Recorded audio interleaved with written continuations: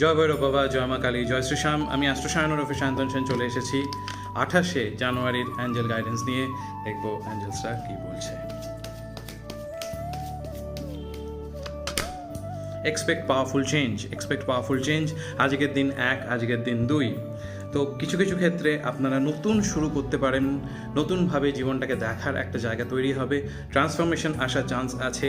আপনাদের নতুন প্রজেক্ট বা নতুন রিলেশনশিপ যেটা শুরু করবেন সেটা আপনাদের প্রিভিয়াস ভার্সনের থেকে অনেক বেশি বেটার হবে এবং আপনারা চেষ্টা করবেন যে সেটাকে তাতে ইনভেস্টমেন্টটা প্রপার করতে পারেন। Could be a project, could be a relationship, could be anything that you want to start. 2ও কিন্তু ইমোশনের একটা জায়গা তৈরি হবে, ইমোশনাল অ্যাংজাইটি তৈরি হবে।